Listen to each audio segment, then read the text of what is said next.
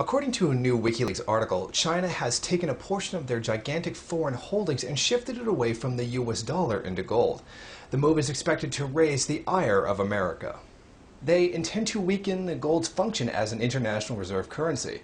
They don't want to see other countries turning to gold reserves instead of the US dollar or euro, stated the 2009 cable, quoting Chinese Radio International. China's increased gold reserves will thus act as a model and lead other countries towards reserving more gold. This move is being combined with China's plan to make its currency fully convertible for trading on international markets by 2015. Right now, there is a great amount of difficulty in making the conversion because of high government policy.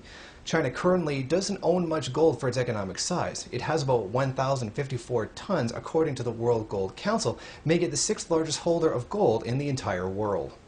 By buying the gold and making the yuan convertible internationally, China will weaken the US dollar as the world's currency reserve, undermining the dominant global position the US holds in finance now. The weakening of the US dollar's global power would make it much more difficult for the US to borrow money and to run a perpetual trade and budget deficit. This is how it was explained by Al Jazeera.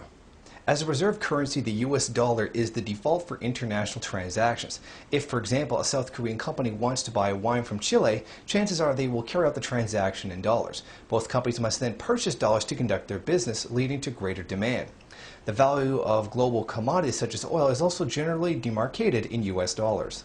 Being a reserve currency allows the U.S. to borrow at low interest rates as central banks around the world are eager to buy U.S. government debt. Any country that can finance its expenditures by printing money or selling bonds is essentially getting a free lunch. If China takes even a portion of America's position as the world reserve currency, it would have tremendous effects on the U.S. debt held by foreign countries. The American debt rating would begin to decline as the dollar had less strength. It would also mean that it would become harder for the U.S. to pay back the debt it already owes. This is a real danger that this could sink the U.S. dollar completely. This move by China, which does threaten U.S. interests, should not be unexpected. After all, they do hold 3 trillion US dollars in reserve, according to Xinhua news agency, and 1.2 trillion of US government debt as of June 30th, 2011, according to the San Francisco Chronicle. This is a very dangerous amount to hold. A default of the US dollar could potentially destroy the entire Chinese economy. China's reaction is excellent. Diversify the debt being held and increase the power of your own currency at the same time. By buying gold is the smart thing to do with American debt. As America reaches closer to outright bankruptcy, the value of gold keeps increasing. This gold is worth more than American money. I think what we see here with China is a continuing trend towards toppling America as the world's controller of finances, using its currency as a mechanism. Much of the violence in the Middle East and Africa stems from challenges to U.S. power. Before the invasion of Iraq, Saddam Hussein began a policy of accepting euro currency for the sale of oil. The U.S. began to panic, thinking that this trend would continue. They had to stop the Organization of Petroleum Exporting Countries from following the Ba'athist Iraq's lead to overthrowing the oppressive dominance of the U.S. dollar currency. This new war in Libya is not really any different. Muammar Gaddafi began a policy of encouraging the purchase of their oil with gold, thereby bypassing the US dollar, making it more profitable for them.